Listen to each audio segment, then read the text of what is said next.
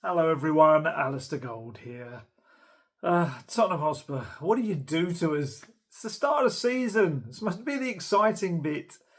Uh, that was a rubbish trip back. Felt like a defeat, didn't it? It's really weird. I know it's the first game of the season. We're going to really kind of pull apart this game and look at. There were some positives, but my goodness, there were some little bits and pieces that had left over, hangovers of last season, which were very annoying. And it meant getting in at just before 2 a.m. this morning and then starting work early next day, as many people would have made that trip had to do. And having to pay for the privilege for you guys. I can only imagine what that must be like. But hey, I don't want to start with a sigh. Who wanted to start the Premier League season with a sigh? But, it's like that kid that I always kind of get in my head that's on like the viral videos that just was opening his, I think it was a Christmas present, was it a book or something? And he goes, "What the heck is that?" And that's exactly how I felt about what Spurs did pretty much from minute 57 onwards, really. Just that moment, I think Ange was all of us. When Richarlison balloons a header over the crossbar from Bergval's lovely free kick. And he had every opportunity, I think, just to try and nod it in. But it was very much a player who hasn't played for a while. And just Postecoglou just kind of looks and just sinks downwards and puts his hands on his knees and looks at the floor. I just hope that doesn't end up becoming a defining image. Hopefully that is just a moment when it got a little bit better, I hope, afterwards. But my goodness, he did really reflect the mood of the fans inside the King Power Stadium, the fans watching from home, and journalists like myself just thinking, I could have written a really nice ending to this report, but no. And I think the frustrating part about it was that, there were so many elements, like I say, of things we saw last season in terms of lots of kind of creativity. I thought they actually did well in getting behind like quite a solid packed defence at points, but it just didn't do enough with it. They had chances, but they could have had even more and more clear-cut chances. They could have tested the keeper. I mean, the keeper had far too many kind of Hermansen, far too many saves to make just right in front of him. They managed to.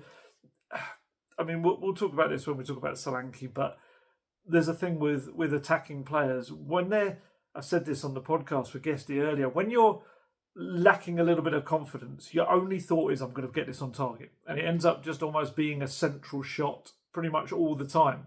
Weirdly, they have less off-target shots than when you're confident you're aiming for the corners, and that's when you're more likely to put it past the post. And it felt like that everyone was just desperately trying not to upset anyone. It's like, oh, don't be offended, don't be offended. And it didn't actually, other than Porro's lovely header, didn't put the ball in the net. And I think, I sat in the press conference room waiting for Ange to come out, and Steve Cooper, who was really, really late. He didn't actually explain why, but he was probably about half an hour, 40 minutes after Postecoglou. It was a long time, but that's not important. But while I was sat in there waiting, I heard one of the local journalists on the beat up in Leicester saying like, £65 million on a new striker, and they're still not, able to convert their chances. And it was like, I get it from the outside. That's probably a very fair and valid comment. You've had all summer, and essentially you've started the season the same way you were kind of ending the last one. I think it's probably harsh on Solanke. I mean, Solanke hasn't played a game of football in it's almost a month, and I think that showed in some of what he did. I did think he did a lot of good things, which we'll discuss as well. But sorry, I'm going to occasionally looking over there because I'm having to film this annoyingly while the under-21s are playing in the trophy against Bristol Rovers. So at this point, Will Lancashire has just scored a cracker apparently. So I'm going to have to watch that game probably in full a little bit later or tomorrow. I've got a day off tomorrow. Hopefully that means something. But yeah, the stats are all there. We talk about the stats after every game. They're there for you if you want them again. 15 shots at goal from Spurs to Leicester's 7. Mads Hermansen was forced into 5 saves from their 7 efforts. I say forced, most of them, like I say, were right at him. Vicario had to make 3 saves. I'd probably say they were the more difficult saves, especially the 1v1 against Vardy. 71% of the possession Spurs had at the King Power Stadium. 601 passes to Leicester's 211. The Foxes had to make 38 clearances and 5 blocks to Spurs' 16 clearances and 1 block. But it doesn't matter. It doesn't matter. The only thing is that scoreline. It's the oldest cliche in the book when it comes to Tottenham Hotspur. If you don't take your chances, you're going to get punished. How many games have we watched and been like, you've really got to put the ball in net? Put the ball in net. They're going to end up having a chance. They're going to take it. Oh, Tottenham Hotspur, why? Why do you do this to us? Why? It's so cruel. And it's repetitively cruel. It really is. But like I say, they started the game well. I didn't really have too many complaints, I'd say, in the opening.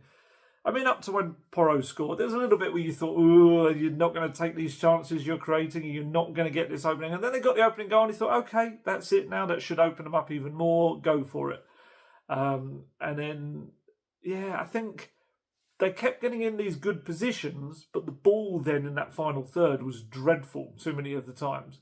I would say from wingers and fullbacks, Udogie included. I would say Porro's probably the one that can be exempt. I thought he put a couple of really good crosses into the box. Son put a couple in as well, to be fair. One that Solanke did that diving header. I couldn't tell whether it was going to be offside or not. We didn't get a replay of that one, but you'll know at home whether it was or not. And Porro was rewarded was a lovely goal. Maddison, I thought, played pretty well, especially first half, looked a lot sharper. Lovely ball. I think Son knocked the ball to him. He knocks it into the box, curls it in, and Porro flicks the ball in. Porro in the centre forward position, we should also note. But I just suppose to rebuild on that. Brennan Johnson obviously had earlier volleyed an effort at the keeper. It was a really nice effort, actually. It was Porro flicked it over. Johnson chests it down, on the turn, volleys it straight at the keeper. Then he had that one where Johnson, he kind of volleyed it across goal. It was one of those where it wasn't quite a shot, it wasn't quite a cross. Nobody was really close enough to put it in. I personally feel that if he was as close as he was, Johnson, he should have tried to get it on target. Then if the keeper spills it, it comes out to one of the players. It's all great in hindsight, and you know, from the comfort of my seat in the press box. Rodrigo Bentancur had a shot that went straight down the keeper's throat as well. Didn't literally go down his throat. Solanke was put through by Sarr, had a shot that was saved. Solanke obviously had a couple of headers as well. But, you know, as I said, football punishes the profligate. Leicester's only real chance up to that point. Abdul Fatawu, I think that's how you pronounce it, picks out Jamie Vardy at the back post, completely unmarked. Christian Romero just wandered past him, going, oh, no, that's that former England striker, I remember him, and just kind of wandered off. And it was like, what did you leave him for? Completely unmarked to head home. And the trouble with that was, I don't know, maybe it'd been earlier in the game, it wouldn't have been as much of an issue. I don't know. It's really weird to say that, but maybe you know what I mean, in that at that moment, with just over half an hour left of the game, it energised the entire crowd. The whole vibe changed around the stadium, and suddenly Spurs had this really sticky, horrible 15-20 minute patch where they easily could have conceded another. You know, like I said, the Vicario save from Vardy, the 1v1, just after the goal, actually, Romero made a really good interception as well to deny Vardy. And he had another save later on as well.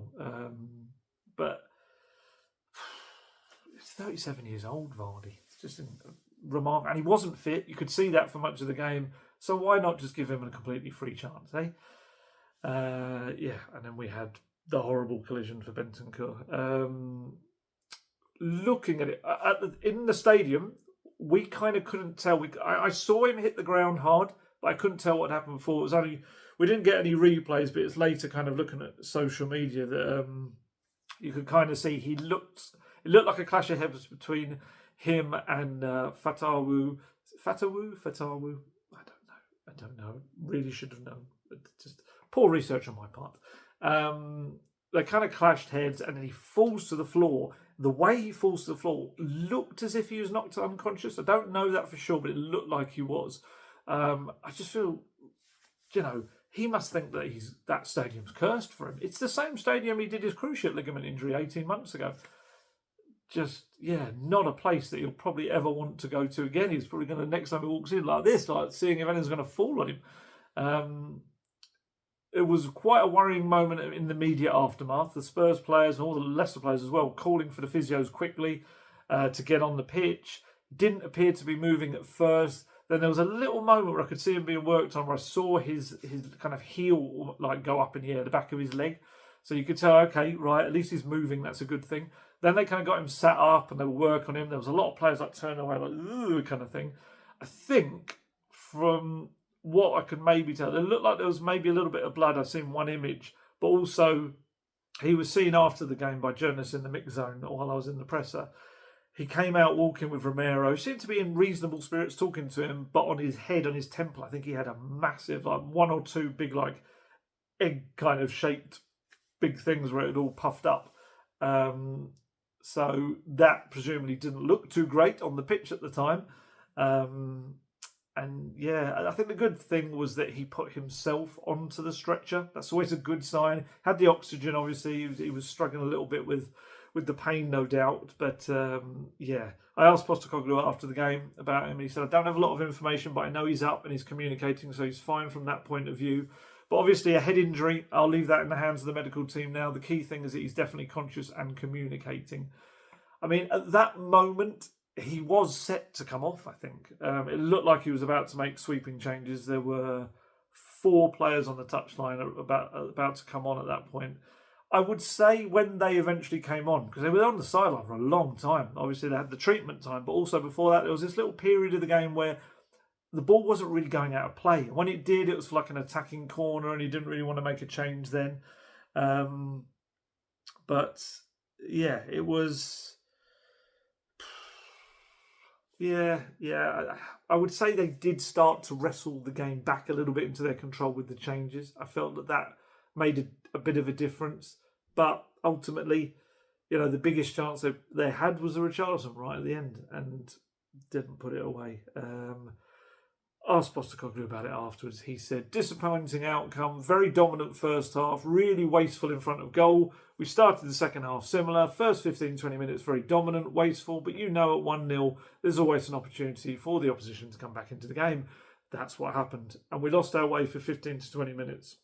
We lost our composure. The crowd got behind them. But again, we finished strong. Just really disappointed we lacked a little cutting edge in the front third, made some poor decisions, lacked some composure and didn't get the reward our football deserved.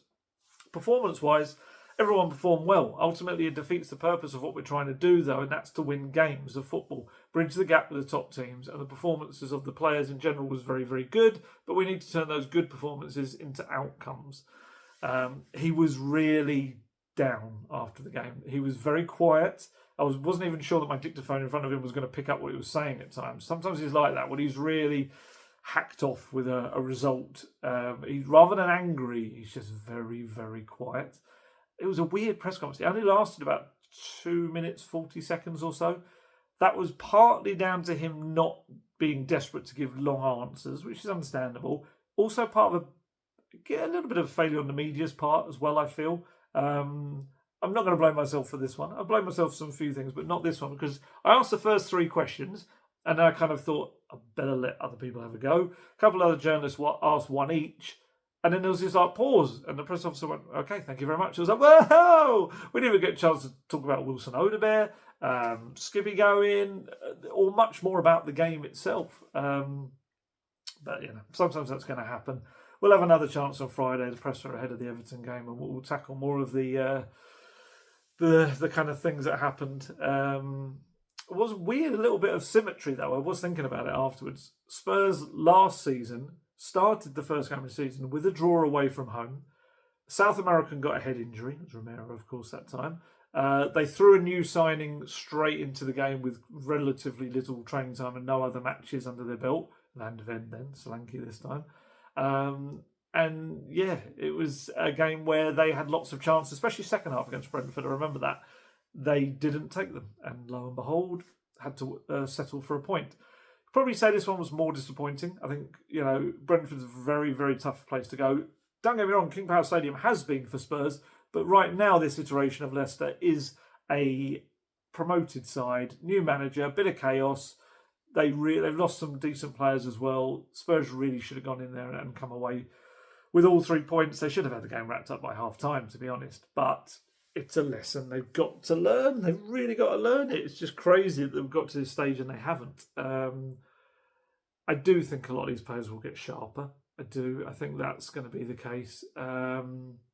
This was just a lesson. I think going into Dominic Solanke's debut, I liked quite a lot of it. But ultimately, of course, a £65 million striker is going to be judged on putting the ball in there, and he didn't manage to, of course.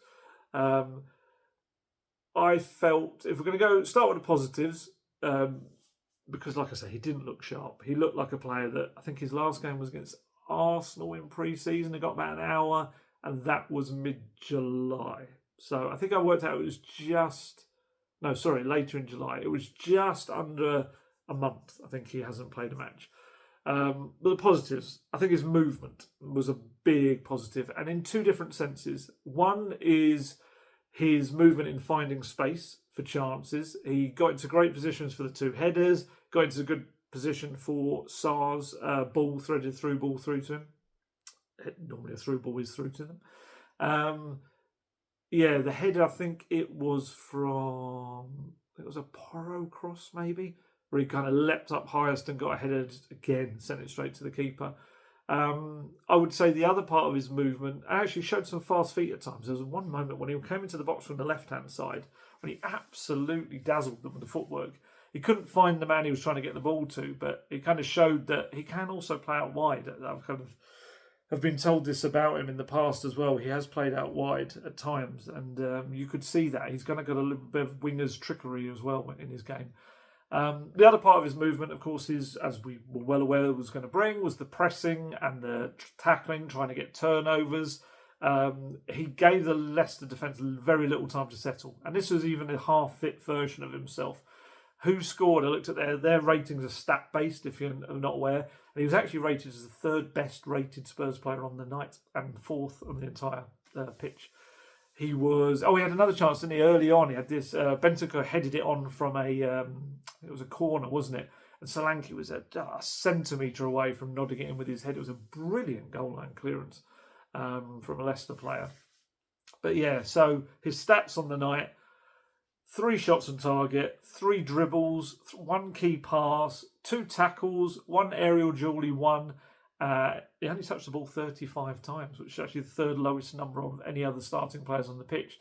For context, Lucas Bergvall was only on for half an hour or so, touched the ball 39 times more than Solanke. But, as we've said in the past, with centre forwards, it's not always about the amount of touches. Sometimes they'll go long periods without touching. I mean, Jamie Vardy only touched the ball 19 times and scored the goal. I thought on the whole there was a lot of positives to take from it, and I can absolutely see how he's going to be great for Spurs. Just needs to get sharper. It's as simple as that. I think having 99 minutes in his legs, I'm surprised he lasted the whole game, but 99 minutes, that's really good for him. I think it'll be a bit achy today, but 5 days after the game against Everton on Saturday, I think he'll be in a good place and feel a hell of a lot sharper than he probably did going into this match. He spoke after the game. He did a little interview with Spurs Club TV. Said, great to wear the Spurs shirt. I've been here for just over a week now, and I've been looking forward to this moment. It was great to play with the boys and in front of the fans, but disappointing not to get the 3 points. But we'll look to improve and hopefully get the 3 points next time. It's quite frustrating, obviously, not to get the 3 points, having played well and dominated the game for the majority. But it's the first game. We wanted to get the 3 points, but we can hopefully put it right in the next game. I think going into every game, that's what we want to do. We want to achieve big things this season, but I think we played well at times, but we just weren't quite clinical enough. But there's a lot to look forward to. You see, that achieving big things this season, I think that's a part of why Postecoglou was so already fed up and disappointed straight after the game, because I genuinely think he already sees that as a couple of points dropped on the teams that are up there at the top. I genuinely think that, even though it's the first game. I asked Postecoglou about Solanke's first start, and he said, yeah, he was good. He worked hard for the team. He had a couple of chances he'll be disappointed he didn't do better with, and the overall performance of everyone was okay, but it doesn't mean anything if we don't turn that performance into outcomes. We had similar issues last year, and if we're going to get to the next level as a team and bridge the gap to the top sides, it's an area of the game we need to improve. Sonny did an interview with beIN Sports as well. He was asked about Solanke, and he said, I think Dom did a really good job, even in a striker's job, not just with the ball, but without the ball as well. He was pressing really well, making problems for the defenders. For the older viewers, someone pointed out it was Don Johnson up front yesterday, which, yeah, for those under the age of probably, I don't know, 35, 40, that's going to mean very little. For the older ones, we'll know about the actor Don Johnson, who was in Miami Vice. But there you go, among other things. Enough about 80s TV shows. Yeah, actually, Son went on a bit. Son was quite annoyed afterwards. We'll talk about Son and his performance a little bit as well. Don't worry, I'm not going to skip that. He was asked about that, the whole thing, and he said, "We did create a lot of chances, but creating chances is not enough." This is Son. "We're here playing football to score goals, and that's why we press high. That's why we play football. Why we take risks to score goals." So yeah, I mean, it was a good part, the creating chances, but obviously you look always at the way you can improve, where your weakness was in the game. So I think today was a great example that we can improve in the final third. It definitely has to be improved because we want to score goals. If you don't want to make mistakes like this, then you have to improve. It's very, very frustrating, especially first half. And even before we conceded the goal, I think we dominated the game and we controlled the game really well. I think in the first half, we could have made the game easier for us and made a final decision and found the right passes in the final third, but we didn't. So this is primarily why when you're missing these clinical opportunities, and I think against a team that always waits for their chances, and I think that's what Leicester did, it's very frustrating, but this is another lesson. As a team, you want to be top and you have to be clinical. And when you are especially winning, I think this was very, very frustrating. I think it means when you're leading, you have to be clinical as well. So yeah, look, it is a front line that hasn't played together, and that could be seen. It was a little disjointed at times. There were moments when either Solanke was waiting for the ball and Son or Johnson weren't able to get it to him, or Porro or Doggy weren't able to get it to him. And there were other moments when Son and Johnson would get into quite good positions, look to pull the ball back, and Solanke was maybe too advanced. He was behind the defender. That was the thing that, maybe Kane was quite good at. He would often, I'm not comparing them, but he would often pull back for the cutback rather than being across the goal line waiting for the one that was fizzed across the face. So yeah, it was a bit clunky in that respect. But Solanke, I did feel needed better service. I was really disappointed, I think, in Brennan Johnson overall. Overall, in his attacking sense. Defensively, I think it kind of probably went under the radar what he did defensively. He got 6 tackles on the day, which was the joint most on the pitch with Fatawu. But the other way, going forward, it kind of felt like he carried his slightly inconsistent pre-season into the season. Wasn't good. I think, I don't want to lump Maddison into that, by the way. He got 3 key passes, 1 assist. He looked bright. I did feel like he faded a fair bit, and that's probably because didn't get the game time in pre-season. It was mostly 45 minutes. I think he had 1 60-minuter, but he looked like he very quickly lost his impact on the game as the second half wore on and they got the upper hand. But with Brennan Johnson, look, I think Dejan Kulusevski would be very, very aggrieved to have been left out. He was Spurs' best player this summer over pre-season by a mile. Absolutely their best. And I would have still, even though he's been playing mainly centrally in the pre-season, I still would have fitted him in as the right winger, because you've got to earn something. You've got to be rewarded for being that good and that sharp and that on your game during the summer. Otherwise, it's kind of like, well, what was the point? It felt like Postecoglou wanted to go for 2 kind of pacey wingers either side. Having Son one side, Johnson the other, to try to get to get those balls cut back to him, but they didn't do it. They didn't create enough clear-cut chances for him. Son created 1 decent chance with a headed ball. Both of them recorded 1 key pass. Son, to be fair, made 4 dribbles as well. He contributed that. He was quite effective with the ball at his feet, but the amount of chances they created was not enough. The players of their quality as well. Mainly more so Johnson. I think, in particular, for a player like him, he didn't record a single dribble on the night.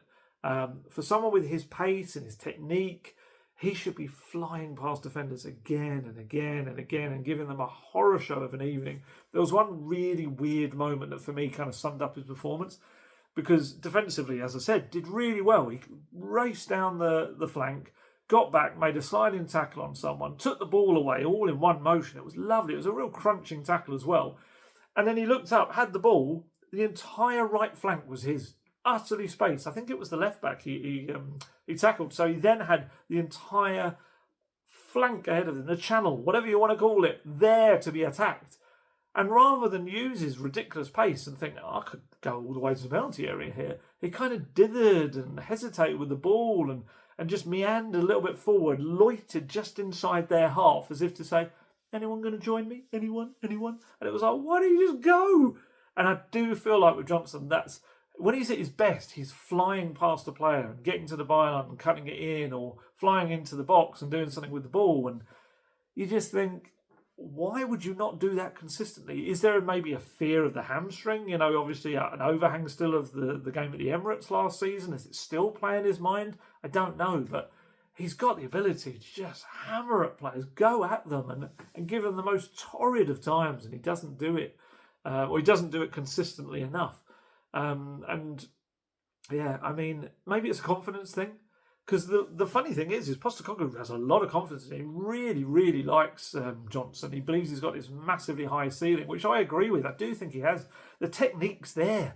Like the chance I said earlier about when he took down the kind of little flicked ball over his head by Porro, he chested it down and turned and walloped him. I mean, he puts that either side of the goalkeeper. That's an amazing goal. But he doesn't. He just played it safe. Like I said, trying to get the shot on target rather than really trying to smash it home.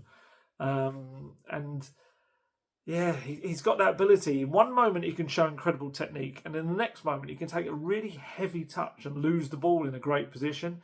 It's probably more a concentration thing than mixed in with a little bit of confidence.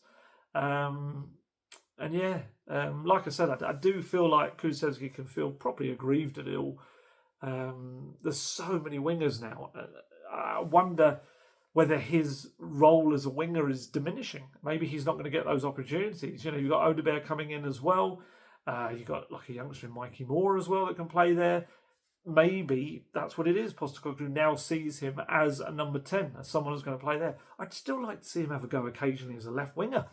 You know, then he's going to be forced to play those balls across the 6-yard box that he wants. But although there is a part of me that really does feel like if he kind of broke the Postecoglou mould and was able to swing in crosses from that right-hand side with his left foot, I think Solanke loves that. I think Solanke absolutely feasts on some of the deliveries that Kulusevski would put in there. So yeah, Odegaard, I think they were waiting for his work permit. He seemed to be involved in training today, so that would suggest that that's come through now. It's just an awkward timing. Signed on a Friday. I think there's a certain amount of working days you have to wait for it because of the Friday. It wasn't going to get done on a Saturday or Sunday, and here it is on a Tuesday. It's going to come through, but I presume it's come through. But yeah, I mean, with Odegaard, it could mean that Kulusevski's more chances come centrally. He did so well in pre-season as like a false 9 as well, but Postecoglou was very clear, nope, he's not going to play there anymore. He told me, Kulusevski himself out in Japan, it was that he's going to have to adapt his game if he wants to be a winger for Postecoglou, because he knows that the Australian wants you to kind of stay wide rather than cutting inside. And he did say, he told me a couple of years ago that his favourite position is number 10. So we'll see whether he gets more kind of chances than that. I still feel he's got so much to offer as a right winger. You know, he was amazing there for Spurs in his first half a season or so. So to kind of suggest that he now can't play there, I do think that he just has to know that sometimes he's got to get to the byline to put the ball across in the Postecoglou way. Sometimes he's going to be able to cut it in and put it in, because variety is the spice of life. It really is. But yeah, Porro was the one that was mainly putting those decent balls into the box. In terms of other wingers, Timo Werner came on. Yeah, it was not good. Played on the right. I did not like him on the right at all. I think on the left, he's got that basic ability, get past his man, hit a low ball across. on the right, just barely impacted the game whatsoever. Did not suit him at all. It was one of those moments where I could kind of look at it and thought, ooh, Odebear's on that bench with his dribbling and pace. He's making an impact. Mikey Moore, I feel sorry for Mikey Moore, but it's the casualty kind of was of the sheer size of the squad. A 17-year-old is probably not going to be on that first squad because, there was so many players had to be left out. But I would imagine for Mikey Moore, he will have been told, don't worry, next month, there are games aplenty. September, there's a game every 3 days pretty much, and you will be getting minutes, and a fair few, I think, as well. He's playing tonight for the under-21s against Bristol Rovers. I think he was involved in Lancashire's goal. But yeah, it's that's going to be kind of one of these talking points, I think, all season. He's going to have to wrangle Postecoglou, a squad of 20, a match day squad of 20 out of a bigger squad. And there are going to be people we're going to be like, why are they not in? That's unfair. Why is that person not in? On the plus side, it should create a scenario where only the best get in there. You're not having to fill your bench with just anyone just to make up the numbers. You're not having to put 2 keepers on there. You're not having to use academy players for the sake of filling a spot rather than because they're worth it. And yeah, that's hopefully what we'll find out. But we will have I'm going to be asked so many times before matches when the match day squad's announced, like, why is he not in? Why is this person not in? I don't understand. It's just like, they just didn't get picked this week. So yeah, talking about defence, flipping back over there. I should just quickly say on Bentancur, I thought he did, before the injury, I thought he was okay in the 6th round. I didn't think he did too badly. Got a little bit overrun with the midfield when Leicester kind of got their tails up a bit, but I did think he actually did pretty well for someone that's only had 45 minutes himself of pre-season. But yeah, defence, I found the defence really frustrating because I felt they did really well for like long periods. I could see on our replay screen that we had on front of us, they had it turned on Monday Night Football, but we couldn't hear it. We could just see the images. And it looked like they were focusing on set pieces, and obviously Spurs' issues there last season. Mikey Moore has just scored. There you go. As I'm speaking about him, he's cut inside and scored. It's a really good game for him to play in because these trophy matches are against older players as well. It's against the senior. Some of the Bristol Rovers senior players will be playing as well. Yeah, him and Lancashire, kind of, they're in that limbo now, aren't they? Where despite being only 17 and 19, too good for under 21s football, really. I mean, Lancashire just had fun last season, 32 goals or whatever it was. And Mikey Moore is now clearly a player who's ready for the first team. It's too young for me to loan out. I wouldn't loan him out at just 17. But games like this, I think that's why, especially Mikey Moore has been told, you can go and play in that, because to play against senior players is really, really important for them. But I think, I just realised I'm starting to go against my own thing about Mikey Moore being loaned out. But I mean, in moments, I still think for someone his age, it's better for him to be within the group, protected somewhat, because I just think he's so young at that age. Jamie Donnelly, I watched bits of Jamie Donnelly playing for Orient at the weekend. Has headed out on loan, and he almost set up a goal within the opening couple of minutes or so.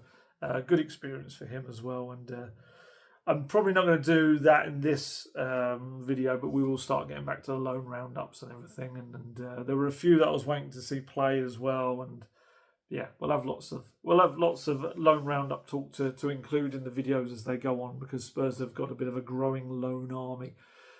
But yeah, back to the defence. The defence, they've done reasonably well, bearing in mind that 3 of the back 4 had only played 45 minutes all summer. Destiny Udogie has only played 45 minutes since April. So I actually felt, on the whole, he didn't do too badly. But the trouble is, especially in defence, you're only remembered for your mistakes.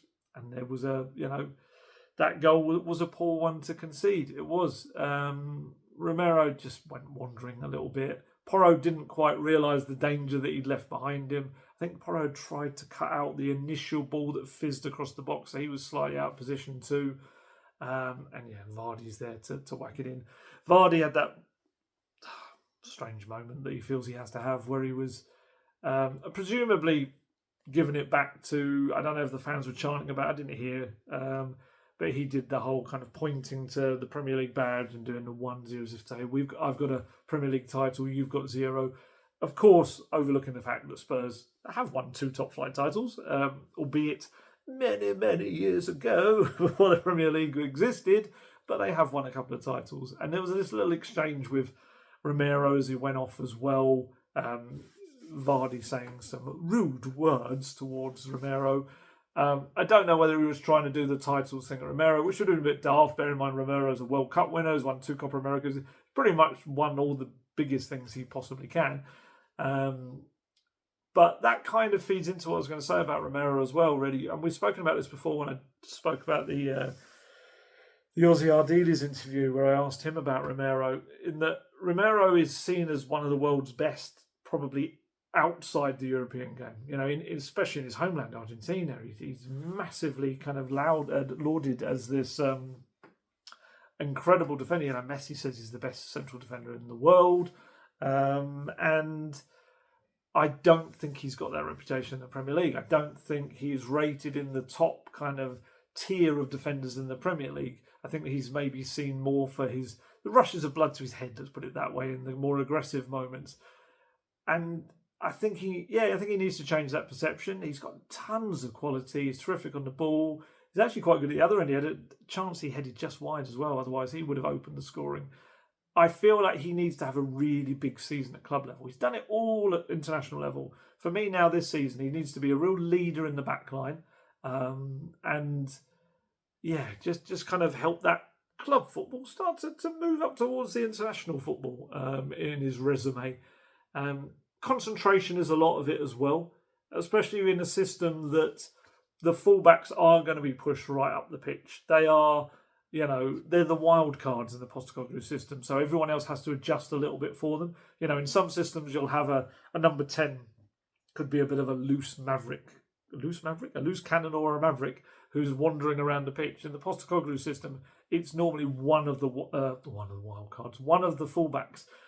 Both fullbacks have license to do it, but it's more often you'll see one of them do it rather than both at the same time. I mean, Porro's goal, like I said, he's up there as a number 9 doing that. He's nowhere near the right side of the pitch. So for players like Romero and Van de Ven, it does put a lot of pressure on them. But equally, that just means that they're going to have to be kind of doubled down in their concentration levels. And for Romero, he just switched off in that moment. And it just was a sliding doors moment for the game, because it changed the whole vibe of the game, changed how confident Leicester were. You know, before that point, they were barely getting a sniff in the game. They didn't have a chance. I think the only chance I can remember was when Vicario headed the ball out from a ball that was kind of put just outside his box, and then there was an attempted lob that went nowhere near his goal. But other than that, Vardy's shot really was their first proper effort on goal. I did feel, like I said, I felt the set piece defending was actually all right on the day. It was fine. They dealt with that on the whole pretty well. Maybe Solanke helps in that, having an aerial presence like Kane used to be, like Richarlison can be. But yeah, they dealt with a lot of that. They just let themselves down in that one moment and then got carved apart a couple of times after that. The Vardy 1v1 was a really nice move from Leicester, but still Spurs a bit all over the place. But yeah, they've, I think, getting 90 minutes at least for all of them. I know Porro came off in the 91st minute with a bit of a knock that he'd had, but all of the rest got 99 minutes in their legs. I think that will bode well for them. It will do them a load of good. Jed Spence came on for Porro, a little late cameo. I thought he did quite well, actually. He was quite bright, got up and down the pitch. You know, as Guesty and I were saying to each other earlier. So could we... Bristol Rovers are just equalised. Could we see Jed Spence playing in the first game of this season a few months ago? Absolutely not. You know, the Red Jed redemption is in full swing. It's great, and I can really imagine that Europa League at this point, if he continues how he's going, Jed Spence, he'll start as right back. You would imagine in those Europa League games, so he's going to get that. Probably had about 50 minutes or so now of football in his Spurs career in competitive games. That's going to very, very quickly double, I think, next month at least. But that was cool for him to be able to come on. I think the fact that they used the concussion sub for Bentancur with Archie Gray coming on, that allowed Postecoglou to use the 6 subs, and that allowed Jed Spence, I think, to come on as well. And I think so. I would imagine he was bringing on Richarlison. I would have thought he would have brought on Richarlison for Porro, even with the knock, and probably pushed Archie Gray out to the right back, maybe, for those final minutes. But I think you've still got Radio Dragishin as well, who will be looking for his opportunities to come, especially when the European games come in thick and fast, in the Carabao Cup games, and he had a brilliant Euros. He'll be wanting to push for a starting spot. Got Ben Davies in there as well, of course. I still feel like Spurs will look for a centre-back who could also play left-back, someone who's a bit versatile to kind of fill that role, because Ben Davies is more the other way. He's a left-back that can play as a centre-back. I think they probably would prefer someone that's more natural fit as a centre-back who can also play there too. But yeah, there's a lot more to that. I'm not going into homegrown stuff right now. Some people took the Postecoglou thing in the press conference in a really weird way. Like he was going like, loser, you're obsessed with that, I'm not. He really wasn't. He wasn't at all. I listened to it back as well, watched it back, just to check whether I was going mad, but he didn't. It was just him essentially having a laugh that I've looked at it, in his words, more than he has. Because he doesn't have to. He's got people at the club that will tell him exactly what is required. And then he said straight after that, but we'll put a good squad out, but we'll have to comply with the regulations. And he's confident that they will. As I said, he's going to have to make some very tough decisions. He really is in the next, in September the 3rd. He's got to decide by then. Odegaard coming in has not helped. Skippy going out has not helped. But hey, I'm just merely pointing it out. I'm merely pointing it out. I'm not saying Spurs shouldn't sign players. I would love them to sign another couple of players. And in a way, essentially, it's more important really to improve the quality of your squad than deal with what you have to afterwards. So for me, I'm absolutely not saying it's something that should stop you signing players, but it is something that Postecoglou is going to have some decisions to make in the coming weeks. So don't want to talk about it. Ended up talking about it slightly. I did want to talk about the sight of seeing 4 subs all ready to come on, which probably, in a weird way, it's a good thing. It sounds very odd because Spurs were trying to get a winner. But actually, it kind of was a good thing. And Celtic fans will know that, because Celtic fans will be used to seeing Postecoglou bringing on a whole load of changes in the second half, regardless of what the scoreline was. And it's a sign that he believes his squad is getting closer to what he wants it to be. That's where it is, because the Postecoglou theory, in essence, is that the system will create chances relentlessly across a game. His system will do that. But it does require replenishing the legs and the freshness of those players who are in that system. And he wants his squad to be at a level where he can say, right, I'm going to put in 2, 3, 4 players into this system now, in the 60th, 65th minute, whatever. The level of the quality of that squad or the team on the pitch will not drop. It will just be exactly what I want them to be doing, but with fresher legs, able to press, able to turn the ball over, higher up the pitch, and bang, they crack on. So for him to have 4 subs on the pitch was not him panicking or going, oh no, what are we going to do? It was him feeling that he had the quality to change out a lot of that squad.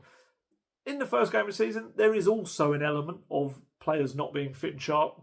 Steve Cooper, actually, interestingly, in the press conference afterwards, was speaking a lot about how he felt that neither team was anywhere near where they're going to be fit enough and sharp enough, and he could see that at the end of the game. And it's a theme that most managers have come out with. I saw Guardiola talking about it, and it is. It's been every summer where you've got an international tournament is always going to be a bit weird in varying levels of fitness. You could either choose to just leave out all of your tournament players, but often they're your biggest players. Fitness levels are going to be all over the place and at differing types and levels. But yeah, on those subs, I've already spoken about Werner, so I don't have to talk about him again. Kulusevski, I felt, came on and made an impact. He's like an agent of chaos. You just throw him in between the lines and he's very difficult to deal with. He also made a brilliant tracking back sliding tackle in his own box, which was vital. It was as vital for me as Vicario's 1v1 save. I think had he not done that, Leicester were away and were going to score. So I thought he played well. I thought Archie Gray came on for his Premier League debut, looked very composed, used the ball well, strong in the tackle as well. I think he really made his case for starting as the number 6 if we're to assume Bentancur has to go through the concussion protocol and misses the Everton game. Bissouma, obviously his 1 game suspension by the club will be over. Yeah, I think it sends a bad message to put him straight in. I'm sure there'll be the temptation to do so because it's the safer option. But for me, I don't like the idea of it. A player that has lost the trust of the manager, has lost the trust of the players. This is in Postecoglou's words, and needs to rebuild that. What kind of message does it show that? All right, first game back, bang, you're in there. When I think Archie Gray's deserved to play. Archie Gray's had a really good pre-season. Again, like I said, I thought he did really well last night. I thought he came on and Spurs looked quite steady for much of the time that he was on the pitch. It's a young player to throw in against a team like Everton who'll be very physical. But again, I can only go back to the point that Archie Gray played a 52-game season for Leeds in the Championship, which is a very physical league. He's played in midfield against some tough teams. He played in midfield against Chelsea and bossed it in the FA Cup. So, yeah, I don't think his age really is too much of a factor in that regard. And talking of age, Lucas Bergvall, I think he did really well. I was really, really impressed with Lucas Bergvall. For me, he was probably the pick of the bunch of the subs that came on. Probably the most exciting for me in that he, like I said earlier, got the ball 39 times, which was more than Solanke managed in the entire game. 96.2% success rate, and he certainly early on when he came on, he was very bright, very much coming around, demanding the ball, wanting to be the playmaker. He was kind of doing what Maddison had been doing, was very much demanding the ball, taking it on. They were comfortable giving him. He wasn't losing it until there was one moment. He lost the ball deep in his own half, kind of down the left flank. He had 2 home players, Leicester players, breaking him down. And Cole Palmer is PFA Young Player of the Year. That's just been announced as I'm doing this. He lost the ball. It's one of those where I don't think the movement around him was great. He didn't have too many options, but he dribbled back down towards his own goal. And that was probably the main mistake that he made in it. Lost the ball, they broke, and it led to a cross and a header that Vicario saved. Vicario went absolutely ballistic at young Lucas Bergvall. Like, he looked like a chastised schoolboy. He started off like Lucas Bergvall, and then he kind of very quickly just like red face just took it. He looked so flushed, his face, because Vicario was going at him. He was like doing all of this. He was like flinging his arms around, getting very, very animated, as he does, Vicario. I've seen some people have had an issue with it. I don't. I think if he's 18-year-old and old enough to be on that pitch and considered one of the senior players and out there and doing that, I think he's also can get a bit of a rollicking at one point. That's fine. It did impact him slightly in the next couple of minutes in terms of I felt his passing suddenly got a lot safer. He was playing one-touch stuff just to get it to someone else and not get himself caught again. But I actually think being told off, it's all part of life. It is. You learn from it. He will learn now that in that scenario, he's not going to dribble towards his own goal. He's very good, Bergvall. He's been over this summer of receiving the ball in tight spots around his own box. But he will learn from that incident, okay, maybe don't dribble towards my own goal line. Kind of, again, that'd be great. And he put in a terrific cross from the free kick for Richarlison to head over. It's. I felt sorry for Richarlison in a way. It was one of those where all he had to do, like it's easy, he had to do was what Porro did, was essentially glance the ball on, and he was there. He was close enough. That's going in the net because of the delivery.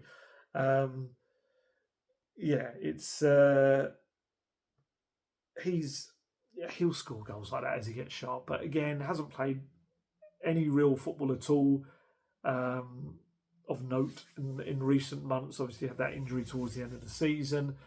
He almost kind of caught it too well on his head, and he just like bang, was not great for him. But yeah, I think he and Solanke kind of challenging each other will get better and better for Spurs as the season goes on. I think they'll be trying to outscore each other, which is only a good thing. I think Richarlison will probably be looking to start in the European games next month. Solanke probably starting in the Premier League games to begin with. And then it's up to them to essentially outscore the other to get the chance to swap over and all of that. And it will serve Spurs well. It doesn't. It's one of these where, look, it's not going to feel that way right now. Of course it's not. It's a game where none of the forward players managed to score a goal. A right back had to score the goal. So you're going to look at it and you'll be like, oh, woe is me. It's all awful. But they are going to get sharper. They are. It's the first game of the season. I will always say, and I think I maybe said this in the last video, but I've always said this consistently, first game of the season is a bit of a weird one. Players aren't at their levels, peak levels yet. Squads and teams are not set properly yet. You get freak results, you get strange results, you get strange performances. And while this was definitely frustrating, Spurs back in the lead in the under-21s game. Damola scored. Just going to have a quick look at this. The PFA Players Team of the Year. PFA Championship Team of the Year. Archie Gray. Archie Gray is in there. Fantastic. Kyle Walker-Peters in there as well. Fair play. Fair play. I'm going to retweet that because of Archie Gray. Excuse me while I write a quick tweet. I'll do this. Archie Gray.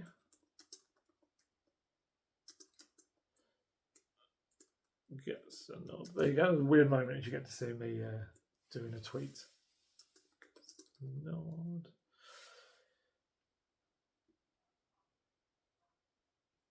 That's very cool, isn't it? For a guy that was mostly 17 during the season as well.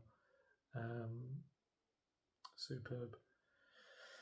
But there you go. Sorry, that's going to happen sometimes when I'm keeping an eye on one game. It was 3-2. I wonder how long's left in that game. But anyway, back to what I was saying. About the players. I've absolutely lost my thread. That was so poor. That was really poor. I think I was talking about strikers, going at it in the games. First, I know what I was talking about. Yeah. First matches and people not being quite at the levels, and they will. It's just a shame for Spurs that they've kind of got the games get tougher and tougher and tougher after the first game. The first game was one where maybe you could have coasted by slightly on paper, but they clearly couldn't. And now, Everton, I don't think Everton was as bad from what I understand as the scoreline suggested in their first game. And then the trip to Newcastle, and then a certain team from down the road after the international break. Why there is an international break so early, it annoys the hell out of me. We just got the game back. We just got the Premier League back. Why would you want to take it away from us with stupid international football again? You've just had them all summer. Leave them alone. As Guesty reminded me earlier, there used to be an international break, wasn't there, just before the season began in August back in the day. I forgot about that until he reminded me of that. That was stupid as well. But there you go. So the squad itself, there's still work to be done on it. Of course, there is incomings and outgoings. Oliver Skipp obviously has now departed for Leicester. It's one of those decisions where, of course, it doesn't help them in any regard, bearing in mind he was their only remaining senior club-trained player for that Europa League squad. But I've said it a million times, Skippy need to play. Skippy need to play? That's not how that meant to come out. Skippy needs to play. He has absolutely had his development stunted by just a lack of minutes. I still go back to that sliding doors moment really under Conte when he picked up that pelvic injury and whether had he played the entirety of that season, whether we'd be, seeing a much kind of different player now, and maybe Postecoglou would have trusted him in the number 6 role. That was always the issue for me under Postecoglou. Kept using him as an 8. He's not an 8. It's just not his position. Although I am interested to see how he works alongside Harry Winks. Essentially, he kind of phased out Harry Winks at Spurs. But it's a good move for him. It's a good move for all parties, really. Over £20 million. Understand Spurs have got a sell-on clause, which, either nets them some money down the line, or who knows what the future holds. He's only 23 years old. They might want to try and bring him back in the future. Maybe when they have club-trained issues in like 2028 or something. And they'd get him for a cut price because they would have this sell-on clause. But just for Skippy himself, he has lived the dream. I've seen some people kind of taking glee at his departure and relishing it, and it's so sad. He is doing what we all would have dreamed to have done. Of course he would have. He joined Spurs at 5 years old. He is a Spurs fan through and through. His family are Spurs fans. It is so, I cannot stress how rare it is for an academy player, let alone one that supported the club their entire life, to not only play one game in the Premier League for their club. That in itself is an astonishing achievement. If you see it as like a pyramid, you see all of these thousands of players trying to make it up the levels. So few of them even get to experience what it's like to play once for the first team. So few of them even get to train with the first team. So to not only have played once for the first team, but to have played more than 100 times for Tottenham Hotspur is an incredible achievement. It's fantastic. And he is a Premier League player. He has just made a £20 million move to another Premier League club. Oliver Skipp's going to have a terrific career. I really wouldn't put it past, with Lee Carsley knowing him well, I wouldn't put it past, well, I don't know whether Lee Carsley is going to become the permanent manager, but I wouldn't be stunned if at some point Oliver Skipp picks up an England cap. I wouldn't be shocked at all. People right now are thinking it's madness. But honestly, get him playing regularly, get him to be the player that he was like in kind of stages for Spurs. Mainly, I'd say you saw it for Norwich when he played a full season, getting minute after minute. And I think you'll see him. I'm just looking. Oh, Grace Clinton, PFA Young Player of the Year as well. Another Spurs one there. Fantastic. Brilliant news. Oh, Premier League Team of the Year. Let's just check if there's anything interesting in there. Yeah, not from a Spurs perspective. But there you go. It'd been a tough one to maybe get someone in there. But there you go. Back to what I was saying. Skippy. Yeah, I think he's done incredibly well for himself. And I think he will continue to do incredibly well for himself.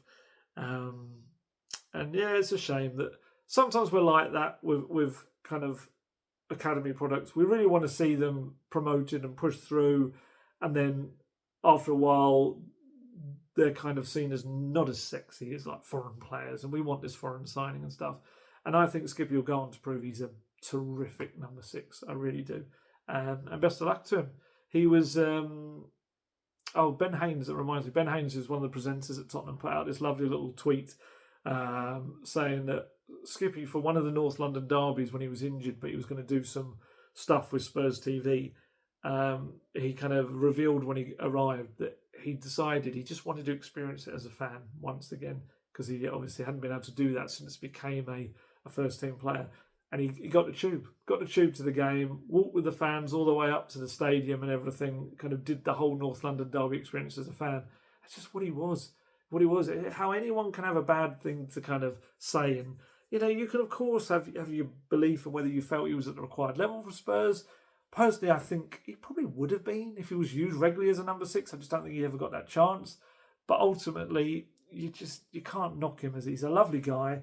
Very fortunate to do a number of interviews with him. I did his first ever non-club interview as well. And I've kind of seen him grow in that respect, getting more and more comfortable with it.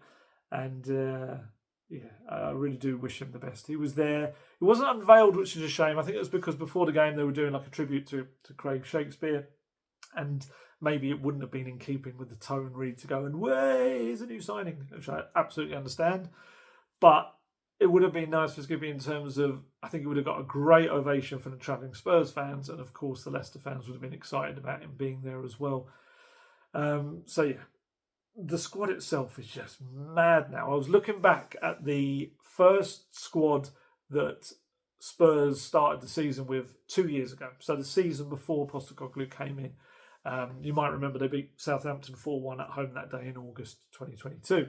So I look back, only 6 of the 20-man squad that started, that was named that day, were there in last night's squad. Only 6 of the 20.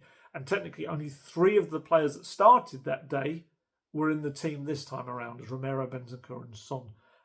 This has to be the biggest squad overhaul that I can remember in my time as a reporter, but also before that just as a fan. I'm trying to remember the last time a squad got so hugely transformed within the space of 18. Well, no, it's within the last year mainly, isn't it? Really.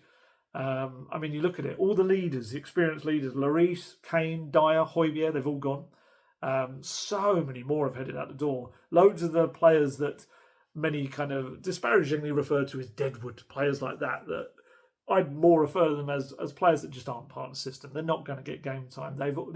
Most of them are headed off. You've probably got Lo Celso and Reguilón, the last two remaining ones of that.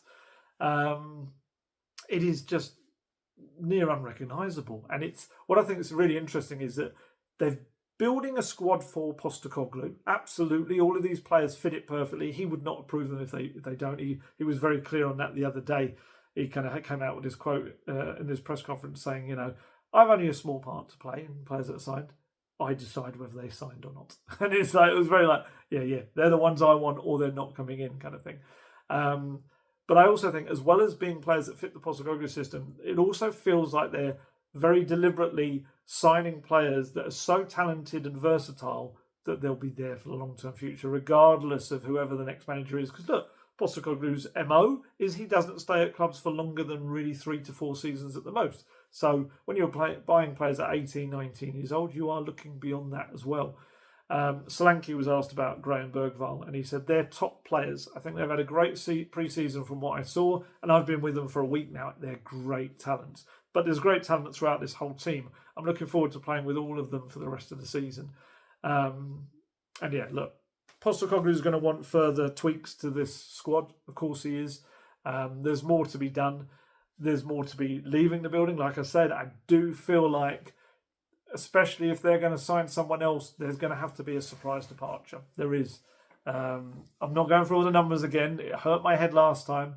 But essentially, Odegaard coming in really kind of messes it up a bit in terms of having to have that. I think I said before, you would probably have to leave out Reguilón, Lo Celso, Forster, or Solomon before Odegaard came. I think Odegaard coming in means you have to leave all 4 of them out, which is obviously it's difficult if it's Forster, but that's without signing anyone. So if they sign someone else, they've got more decisions to make. But yeah, we'll see.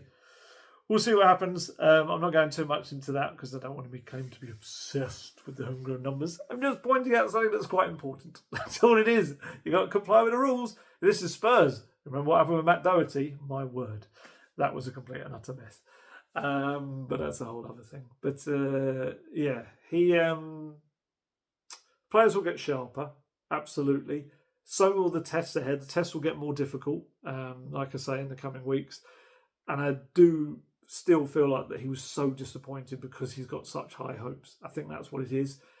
What I would say is I don't always feel like a slightly muted first game is the worst thing in the world when it comes to convincing the powers that be that you just need that extra player you've asked for or whatever. Because, they maybe look at it. There's been a fair bit of money spent. I think we were trying to work. Don't get me wrong, there's a fair bit of money that's come into the club as well.